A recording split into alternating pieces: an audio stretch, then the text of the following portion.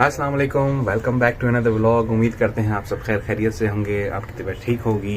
तो हम वापस आ गए हैं स्विट्ज़रलैंड से, बट अभी हमारा इस साल का सफ़र ख़त्म नहीं हुआ। We have another trip coming up which is a road trip.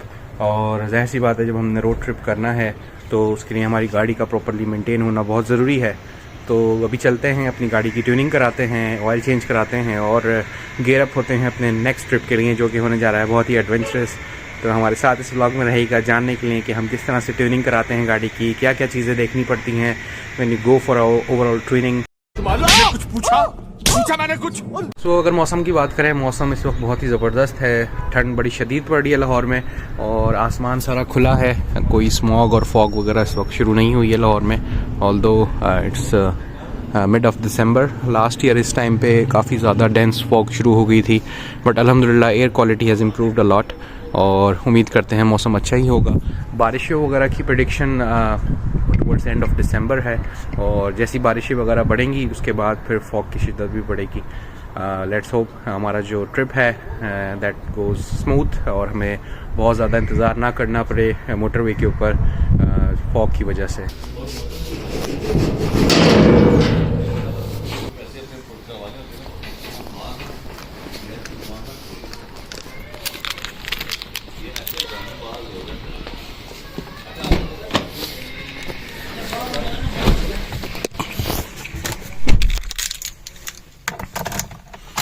बिस्मिल्लाहिर्रहमानिर्रहीम।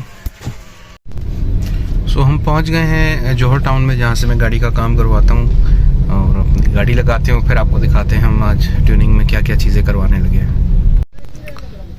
सो we have reached the workshop, but इस वक्त अंदर पेंट जॉब चल रही है। मेरा असूल है जब तक अंदर पेंट का काम ख़त्म ना हो जाए मैं कार पार्क नहीं करता, बिकॉज कार का जो पेंट हो रहा होता है उससे फिर गाड़ी के बफ आता है। So we'll wait and let them finish the paint work and then we'll park the car.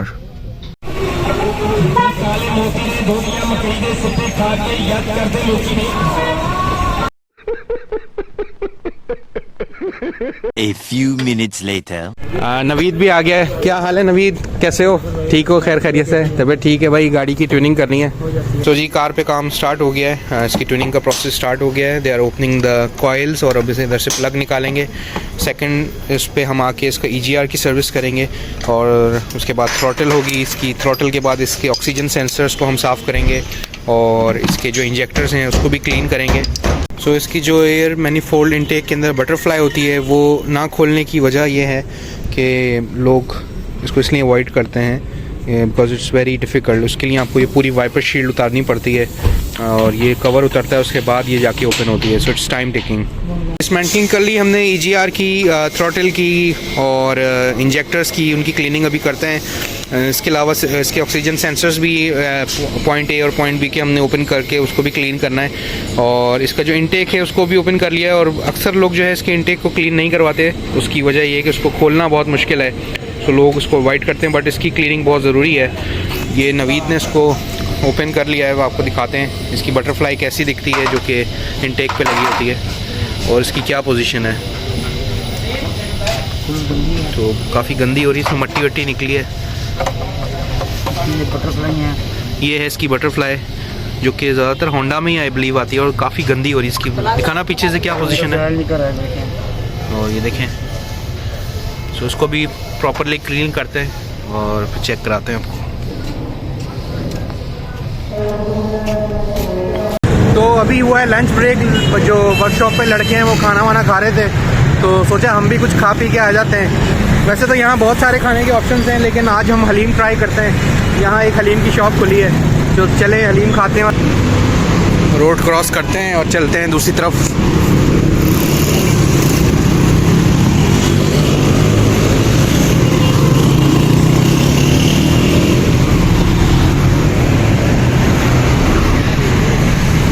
तो ये शादेवाल चौक पे ये हलीम की शॉप एक ओपन हुई है।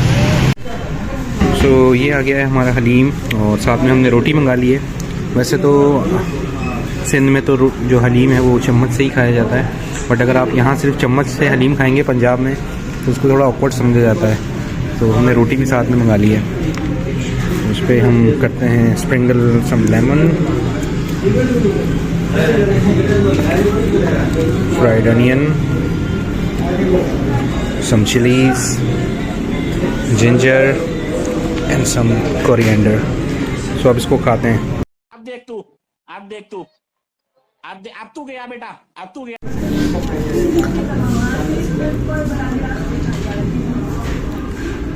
दिखने में तो बहुत अच्छा लग रहा है, खा के बताते हैं. बिस्मिल्लाहिर्रहमानिर्रहीम. अल्हम्दुलिल्लाह हलीम खा लिया हमने. हलीम जो था ठीक था, कराची या हैदराबाद जैसा तो बिल्कुल भी नहीं था. ये लाहौर का ही वर्जन था हलीम का, बट अल्हम्दुलिल्लाह पेट भर गया हमारा, शुक्र अल्हम्दुलिल्लाह. अब चलते हैं वर्कशॉप पे वापस, और उन लोगों ने भी खाना खा लिया होगा, और चल के काम को फिनिश करते हैं और आपको दिखाते हैं क्या पोजीशन है.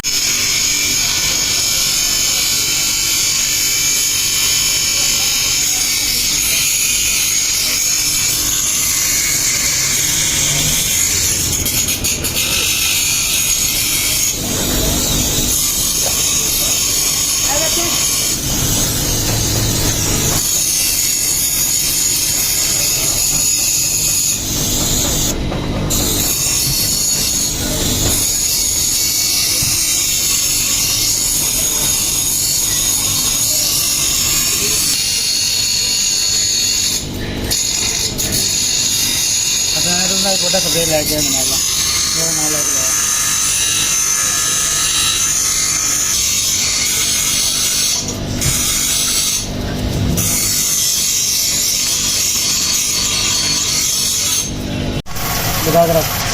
अभी हम करने लगे हैं इंजेक्टर्स को क्लीन.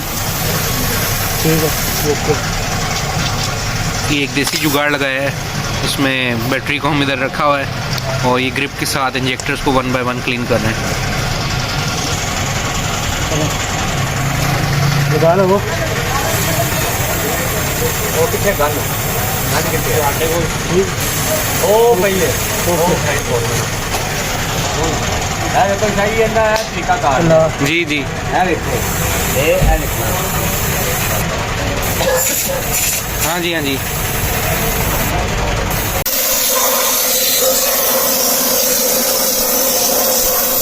ये इनलेट चैम्बर को अब हम वॉश करने लगे.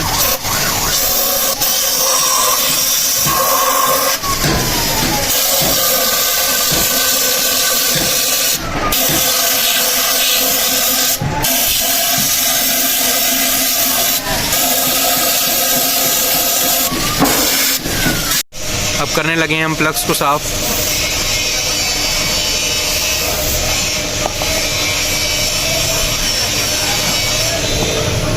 उनको साफ करने के बाद हम इनको रख रहे हैं ताकि इस पर फर्दर डस्ट ना लगे. सो ये अब हम करने लगे हैं EGR की सर्विस.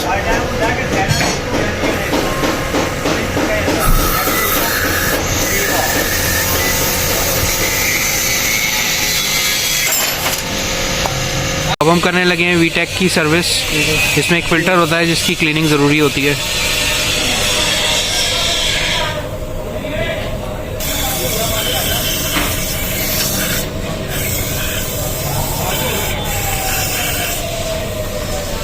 VTEC इसका काफ़ी गंदा था.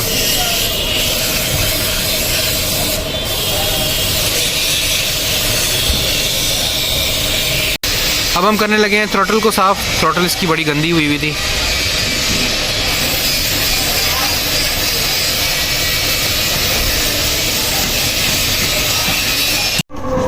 सो ये अब हम करने लगे हैं टैपेट की क्लियरेंस. इसको चेक कर रहे हैं कोई लूज या टाइट ना हो ज़्यादा.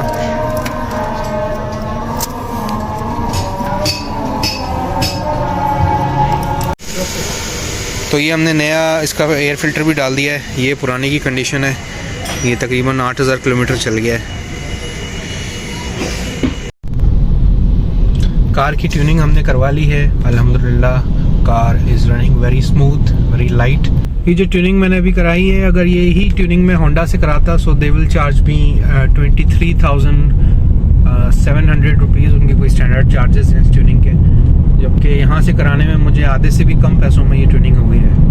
तो अल्हम्दुलिल्लाह गाड़ी बहुत ही ज़्यादा ज़बरदस्त इस वक्त चल रही है.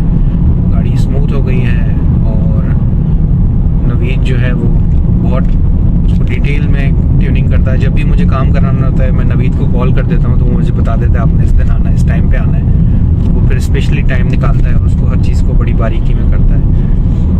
और ये ट्यूनिंग ड्यू भी थी काफ़ी अरसे से। मैंने 2022 में कराई थी गाड़ी की फुल ट्यूनिंग, और इसमें मैनीफोल्ड की क्लीनिंग होती है, आपके इंजेक्टर्स की क्लीनिंग होती है। नॉर्मल ट्यूनिंग तो मैं हर ऑयल चेंज पे करवाता ही हूँ, जिसमें आपके स्पार्क प्लग्स और थ्रॉटल की क्लीनिंग होती है, वो तो वैसे रूटीन का पार्ट है। बट ये फुल जनरल ट्यूनिंग मैंने 2 साल बाद कराई है। इसका ऑयल अभी चेंज कराना है। ऑयल जो है उसकी भी एक डिफरेंट स्टोरी है।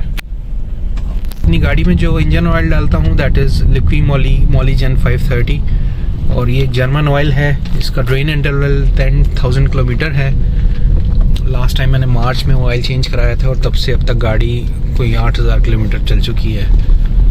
तो मैं यूजुअली 8-8,500 किलोमीटर पे ऑयल ड्रेन करा देता हूँ, बिकॉज हमारा इन्वायरमेंट थोड़ा हार्श है। ये जर्मनी का ऑयल है, ये यूरोप की कंडीशंस के हिसाब से उन्होंने इसका ड्रेन इंटरवल दिया हुआ है, बट मैं इसको जल्दी करा देता हूँ। ऑयल कहीं से मिल नहीं रहा, शॉर्ट है मार्केट में। यूजुअली मैं ऑयल जो है शॉक ट्रेडर्स फैसल टाउन में है, अली भाई, उनसे कराता हूँ। उनके पास इस वक्त अवेलेबल नहीं है। उन्होंने कहा 15-20 दिन में ऑयल आएगा, बट हमें तो अभी चेंज कराना था क्योंकि हमने लॉन्ग ट्रिप पर जाना है, उससे पहले ऑयल चेंज होना ज़रूरी है। उसका टाइम भी आ चुका था। तो एक्सप्रेस ल्यूब पे होते हैं वासिफ भाई, अब उसके अथोराइज डीलर भी हैं। उनकी शॉप है DHA में। तो मैंने उनसे रिक्वेस्ट की थी, वो मेरे घर के पास ही रहते हैं, कि घर आते हुए एक बॉटल लेते आइएगा। तो अभी उनसे पिक कर लिए मैंने। तो कल ऑयल चेंज कराएंगे, आपको दिखाते हैं फिर ऑयल चेंजिंग के टाइम पे कि वो ऑयल कैसा है।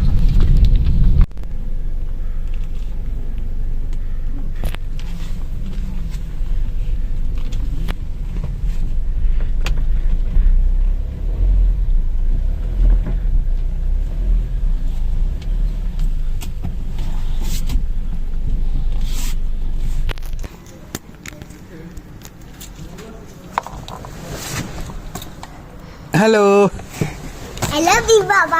आई लव यू टू। हेलो। क्या कर रही हो? आज आप बहुत लेट हो गए। हाँ बेटा, गाड़ी की ट्यूनिंग करवा रहा था ना। आपने स्वेटर क्यों नहीं पहना? सर्दी नहीं लगती आपको? सर्दी तो थोड़ी नहीं लगती। चलो जल्दी ऊपर जाओ, मैं आ रहा हूँ। सर्दी का काम है। चलो मैं आता हूँ। सामान ले जाओगी मिन्ना थोड़ा सा? मैं भी नहीं जा सकती। मैं स्ट्रॉन्ग हो गई। The next day. तो आप सोच रहे होंगे कार के बाद में एकदम से साइकिल पे कैसे आ गया। सो भाई, कार की तो हम पीरियोडिक मेंटेनेंस कराते रहते हैं, बट ये हमारी गुड़िया की साइकिल है, इसकी अब ब्रेकडाउन मेंटेनेंस करानी पड़ रही है। बहुत टाइम से हमने इस पर तवज्जो नहीं दी, तो इसका टायर भी पंचर हो गया और ब्रेक्स भी काम नहीं कर रहे, तो अभी ये ठीक करवाते हैं। ठीक है, और क्या? इसका ये टायर थोड़ा खराब है, और ये इधर से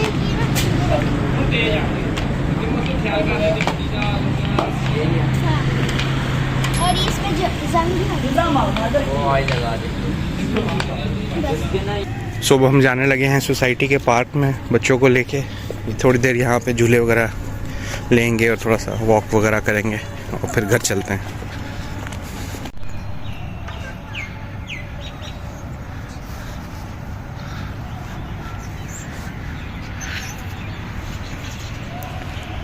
हमारी सोसाइटी में महफिल मिलाद का निकाल हो रहा है, तो चलें वहाँ चलते हैं और थोड़ा फैज़ हासिल करते हैं।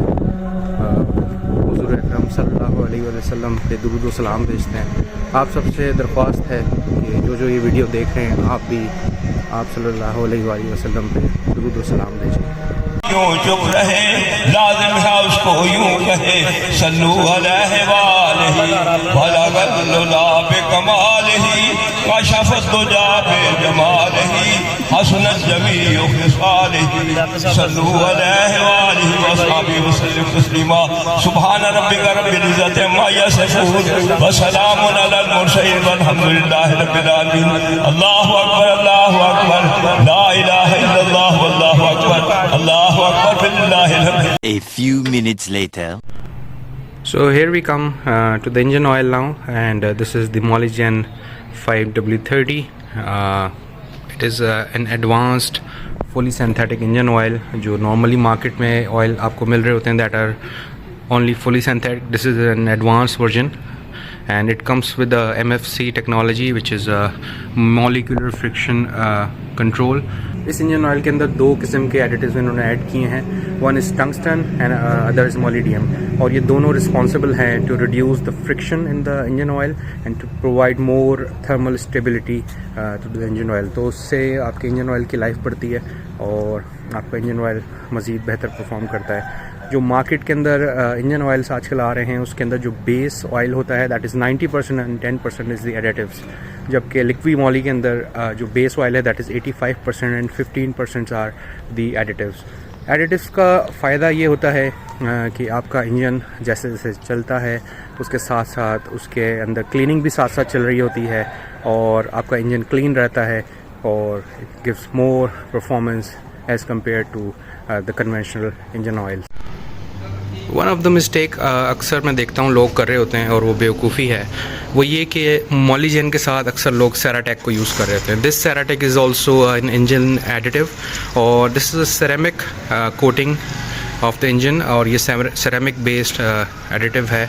तो ये इसके साथ कंपैटिबल नहीं है because this already comes in with the additives और इसका एक बैलेंस है इसके अंदर जो एडिटिव्स का इन्होंने डाला है. तो अगर आप इसके साथ सेराटेक यूज़ करेंगे सो इट वॉन्ट वर्क और it's not worth adding Ceratec with Molygen. So try to avoid Ceratec with Molygen. और ये मैंने इसलिए यहाँ पे रखा है आपको बताने के लिए. मैंने पहले यूज़ किया था with a different oil, वो भी लिक्विड मॉली का ही था, सिंथ ऑयल. उसके साथ वो compatible है but not with Molygen. So in Molygen you are already getting the additive, so it's not worth adding additional additives into the engine oil. It outbalance the composition of the engine oil. Oil filter हमने ले लिया था Honda से और अब चल के oil change करवाते हैं.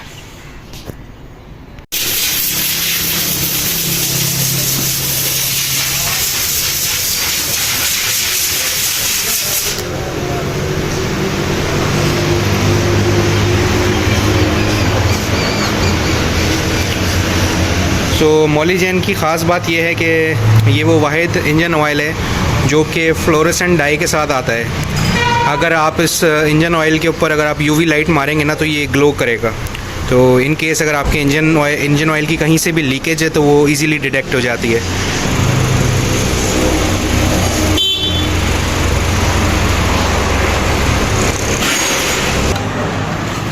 इंजन ऑयल का लेवल चेक करने लगे. बिल्कुल पूरा प्रॉपर पूरा. गाड़ी बहुत ज़्यादा गंदी हो रही है हमारी तो गाड़ी वॉश करवा लेते हैं. घर के पास ही एक पंप है, यहाँ आके वॉश कराते हैं. अल्हम्दुलिल्लाह कार वॉश हो गई है और पॉलिश वॉलिश भी हो गई गाड़ी. Now we are all set to go for our road trip.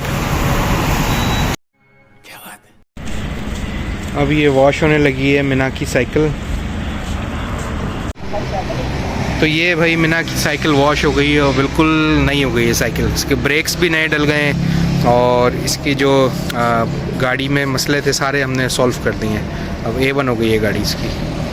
क्या बात है सर, क्या बात है सर, क्या बात है, ये बात है. अरे सर क्या बात है. तो अपने व्लॉग को यहीं पे एंड करते हैं और उम्मीद करते हैं आपको हमारा आज का ये व्लॉग पसंद आया होगा. इस व्लॉग में हमने ऑयल चेंज किया और होंडा रीबर्थ की जनरल ट्यूनिंग की. अब मिलेंगे आपसे अपने नेक्स्ट व्लॉग में. तब तक के लिए अल्लाह हाफिज़.